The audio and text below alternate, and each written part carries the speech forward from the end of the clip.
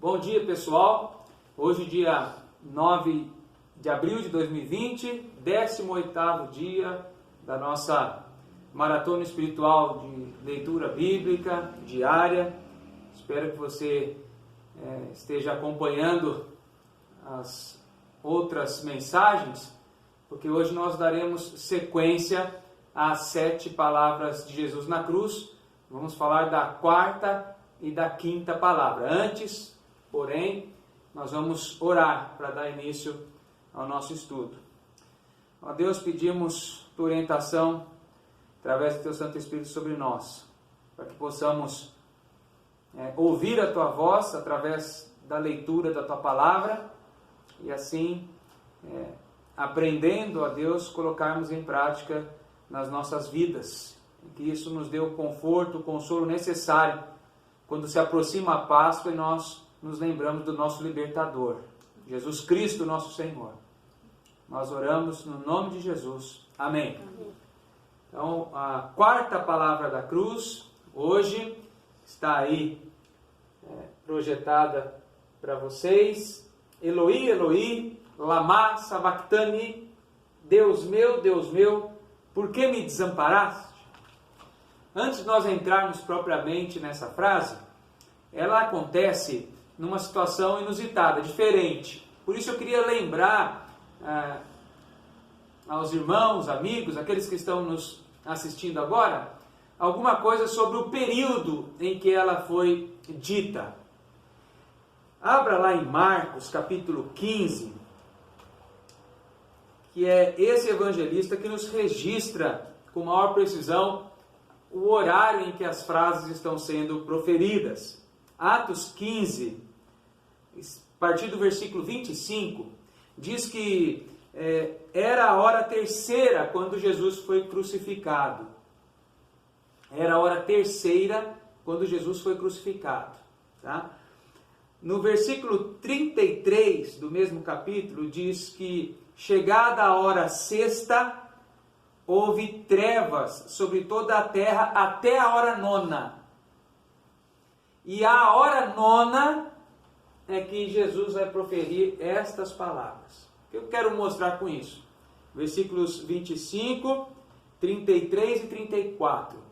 Hora terceira, onde Cristo, ou quando Cristo foi crucificado, era às 9 horas da manhã, se nós tomarmos por base a forma como eles calculavam essas horas. Tá? A primeira hora do dia era 6 da manhã, encerrava-se a madrugada, começava o dia, primeira hora. Terceira hora, 9 horas da manhã. Versículo 33 fala que ao meio-dia houve trevas. E foi quando daí para frente Jesus proferiu as 4 últimas palavras, ou seja, das 9 da manhã, terceira hora, até o meio-dia, sexta hora, Jesus proferiu aquelas primeiras 3 palavras referentes aos benefícios a nós. Declarou ali o perdão, depois a salvação e também o amor.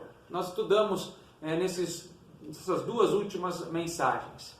Mas é interessante nós percebermos que na sexta hora, ou à sexta hora, quando, versículo 33, há trevas sobre toda a face da terra, essas trevas persistem até a hora nona, que seria as 3 horas da tarde, ou 15 horas, e aí então, depois de 3 horas, onde houve trevas sobre toda a terra, é que Jesus vai proferir a quarta, a quinta, a sexta e a sétima palavra, iniciando pela quarta. E eu quis mostrar o horário em que ela foi dita, para nós compreendermos a simbologia que tem por trás disso. Tá bom? Porque foi exatamente ao meio-dia, no horário que o sol está mais alto, mais forte, onde há mais luz, ao meio-dia, foi que houve trevas, e o Senhor Deus preparou exatamente o horário mais iluminado do dia para trazer trevas e mostrar com isso o juízo pelo pecado que estava sendo encravado por Jesus ali na cruz. Então, isso faz toda a diferença quando nós vamos ler essa frase aqui depois de Jesus. Saber que nesse momento já não havia mais luz sobre o dia, mais trevas, mesmo estando perto das 15 horas, perto das 3 horas da tarde. Então, o nosso texto, versículo 34, diz que a hora nona, ou seja, perto das 3 da tarde, 15 horas, Jesus fez menção a esse pecado que estava sobre ele, carregando nos seus ombros, dizendo então ao Pai sobre esse pecado, por que o Senhor o havia desamparado. Tá? Então, nós precisamos considerar aqui pelo menos 2 situações que mexeram com as sensações ou com as emoções de Jesus neste horário. Tá? A primeira consideração é que a sensação que Jesus teve nesse momento foi a de receber a ira de Deus sobre si, por causa do pecado que ele carregava, não dele, mas que ele carregava da humanidade sobre si, fazendo-se inclusive maldito por nós. Então, nesse momento, Jesus sente a ira de Deus, não a raiva, não a cólera, mas a ira no sentido do abandono, a ira no sentido da incompatibilidade do Pai das luzes, o nosso Deus, com as trevas que estavam ali agora, símbolo do pecado. Então, nesse momento, Jesus sentiu o abandono, desamparo, como se alguém virasse o rosto para ele, no caso, Deus Pai, virasse o rosto porque não consegue estar vendo com alegria o pecado. Então ele vira o rosto. Tá? E isso dá a sensação de abandono. Essa expressão de virar o rosto por causa do pecado, ela já havia sido predita pelo profeta Isaías, lá no capítulo 53, Isaías capítulo 53, falando sobre esse sofrimento que Jesus passaria como homem. Isaías 53, no versículo 3, diz assim que ele era desprezado e o mais rejeitado entre os homens, homem de dores, e que sabe o que é padecer. Preste atenção agora, ainda no versículo 3. E como um de quem os homens escondem o rosto. Então, o pecado sobre Jesus foi tão pesado, tão grande, que a profecia diz que até os homens viraram o rosto porque viam nele alguém que sabia padecer, alguém que estava alguém que estava sofrendo as enfermidades, as dores, e era desprezado, porque o pecado estava sobre os seus ombros. Então veja que é uma expressão desamparar, a expressão de abandono, é uma expressão de alguém que vira o rosto, que não consegue nem olhar para alguém. É isso que está acontecendo aqui. Daí o sentimento do homem Jesus de abandono. Ele está se fazendo maldito ali. E o Pai das luzes não vai olhar para o pecado. Então o fato que nós registramos aqui nas Escrituras é que de forma nenhuma há comunhão entre o pecado e o Deus que é santo. E isso serve para nós pensarmos um pouquinho também sobre a nossa vida em pecado. Não pecados pontuais, mas viver em pecado, longe da graça de Deus. Não há comunhão com o Pai. E isso causa a ira de Deus. Jesus sentiu isso quando nós deveríamos passar por isso. Ele sentiu por nós esse abandono, essa ira, a incompatibilidade de comunhão naquele momento. Terrível, não é?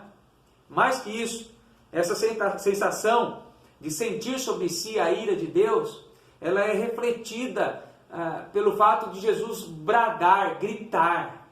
Preste atenção em Marcos 15, 34, porque Marcos diz que Jesus não apenas disse, mas Jesus falou em alta voz, Jesus gritou, Jesus bradou. Foi o único momento na cruz que Jesus bradou: Eloi, Eloi, lama sabachthani, Deus meu, por que me desamparaste? E muito mais forte do que eu, disse aqui agora.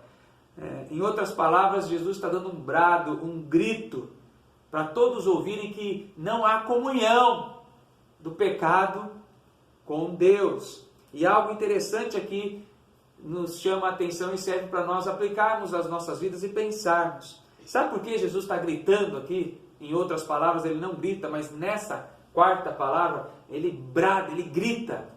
Ele faz ser ouvida a sua voz, para mostrar que a dor da alma, a dor do coração, a dor espiritual machuca mais e é mais sentida que a dor física. Perceba que nós já estamos pertinho dele se entregar à hora nona, o próximo à hora nona.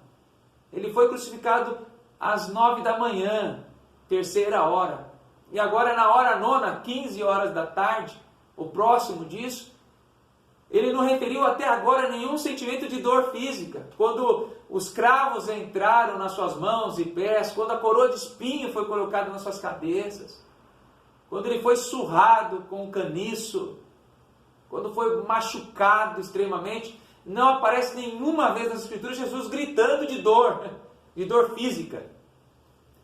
Mas quando ele carrega o pecado, a dor, a aflição, a tribulação, a angústia é muito grande na alma. Então ele grita, entenda isso. A dor pelo pecado é muito maior do que qualquer dor física. E essa nós não vamos sentir, nós que fomos alcançados pela graça, porque o nosso Jesus passou isso por nós na cruz.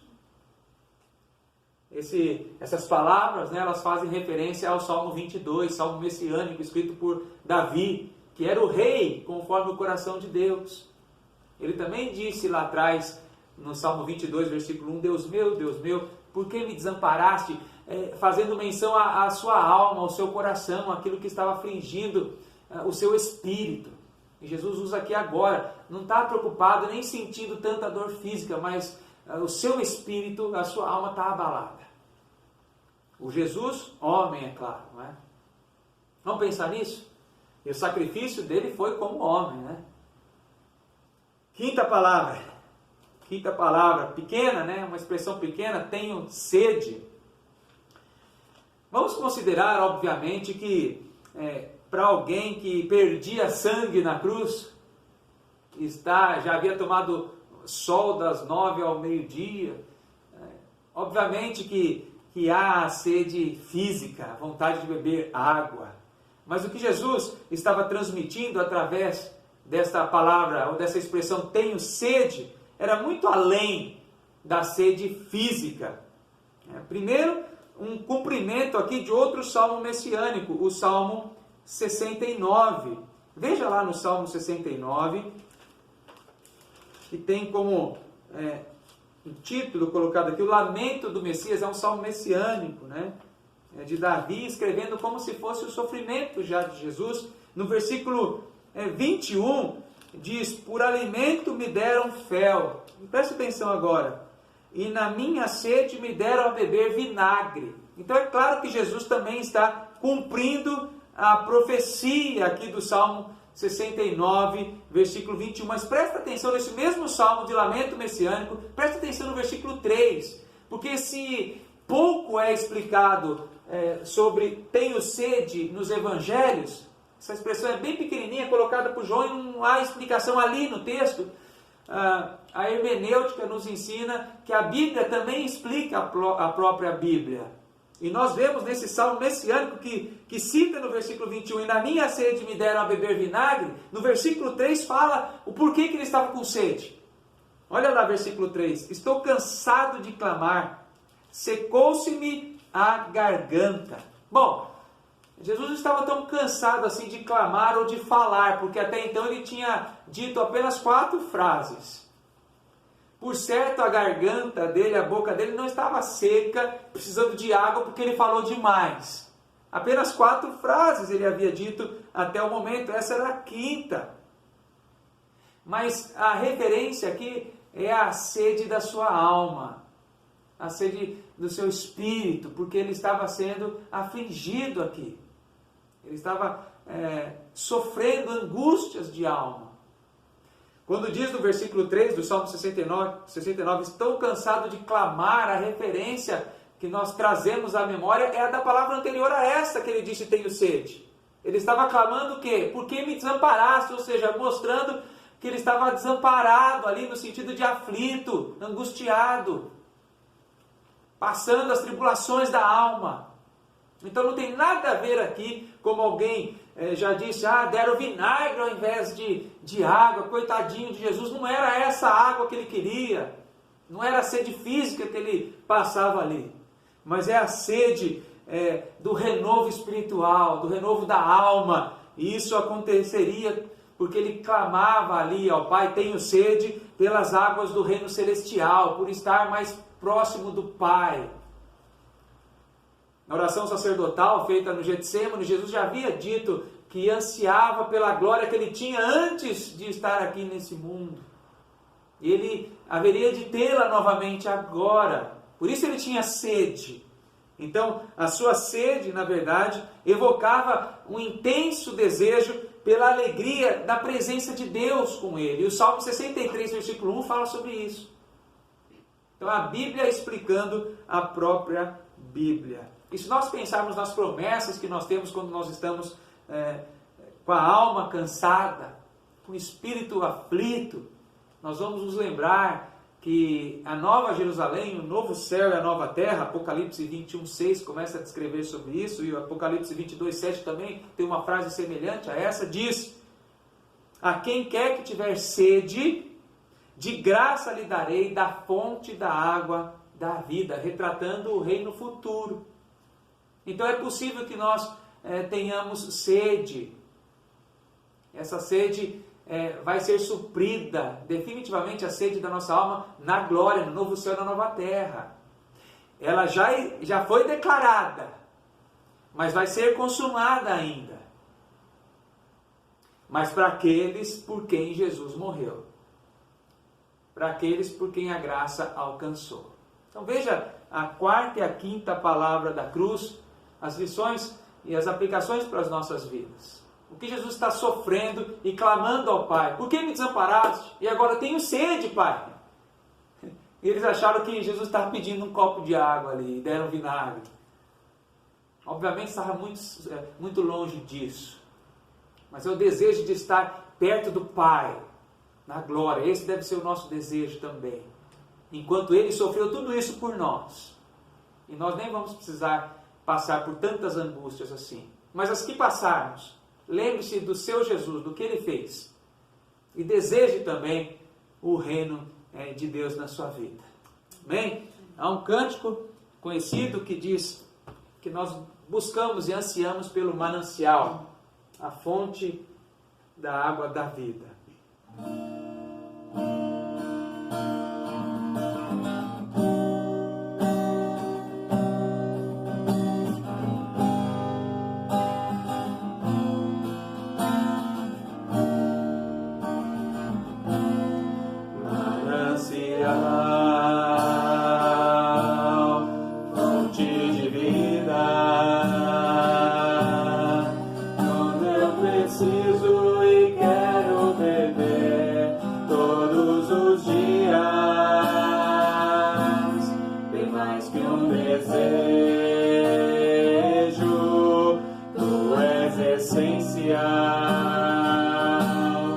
Para sustentar a minha vida, Senhor Jesus,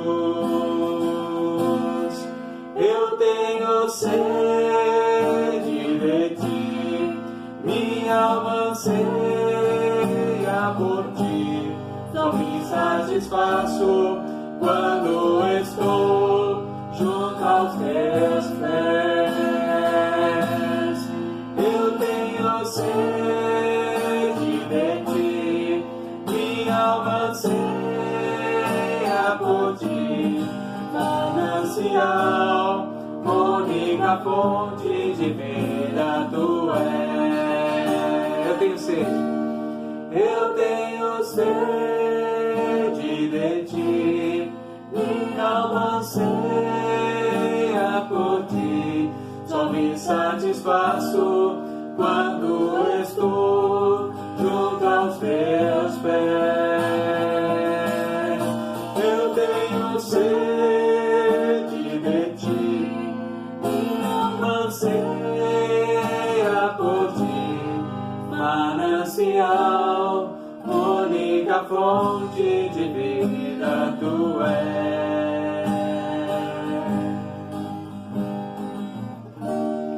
Senhor, nós te louvamos, meu Deus, e te agradecemos por mais uma vez, ó Deus, estar na tua presença, ó Pai, diante do Senhor, ó Pai, em comunhão com os nossos irmãos, ó Deus, mesmo que à distância, ó Deus. Nós te agradecemos, ó Deus, pelo sacrifício de Cristo na cruz, ó Pai. Agradecemos porque nessa semana nós podemos, ó Pai, estudar e lembrar, ó Pai, do sacrifício dele e do quanto ele sofreu para que nós pudéssemos estar aqui hoje, ó Deus, louvando, ó Pai, o teu nome, ó Deus. Que o Senhor, ó Pai, restaure nos nossos corações, ó Deus, o desejo de estar na tua presença, ó Pai, o desejo de te louvar, ó Deus. E que nós possamos ser gratos sempre, ó Pai, pelo sacrifício de Cristo na cruz, ó Deus. Abençoe as nossas vidas, ó Pai, em especial te agradeço pela vida da Letícia, Deus, que hoje completa mais um ano de vida, ó Deus. Que nós, como pais, ó Pai, possamos sempre educá-la, ó Pai, e ensiná-la dos caminhos do Senhor, ó Pai, das verdades do Senhor, ó Deus. E que o Senhor já plante no coração dela o desejo de te servir, ó Deus. Fica com cada um de nós, ó Pai, nós te louvamos, ó Pai, te agradecemos e rogamos, ó Deus, perdão pelos nossos pecados e pelas nossas vidas, ó Deus, em nome de Jesus. Amém. Amém. Amém. Antes de nós encerrarmos hoje, tem surpresa. Porque hoje, uau! Porque hoje é aniversário da Lelê. E nós separamos para ela aqui. Bem escondidinho. Bem escondidinho. Porque na geladeira ela ia procurar. E ela nem viu.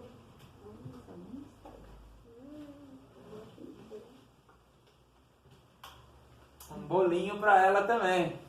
Ela vai segurar aí, ó, de frente lá para aparecer os aninhos dela. Por enquanto ainda pode falar os anos, né? Acertou. Enquanto ainda pode falar os anos, né? Nós vamos cantar parabéns aqui para ela. Se você quiser cantar conosco aí na sua casa, depois você diz a ela aí que participou desse participou. momento junto com a gente. Segura com as duas mãos, né? Para não acontecer coisa ruim. Vamos lá? Parabéns pra você nessa data querida. Muitas felicidades, muitos anos de vida. Com Deus ao seu lado, um novo porvir. Que a vida lhe seja um eterno sorrir. Amém. Isso. Eita! Amém. Deus abençoe a todos. Até amanhã. E parabéns para Lelê, né? Ela não sabia, viu? Mas ela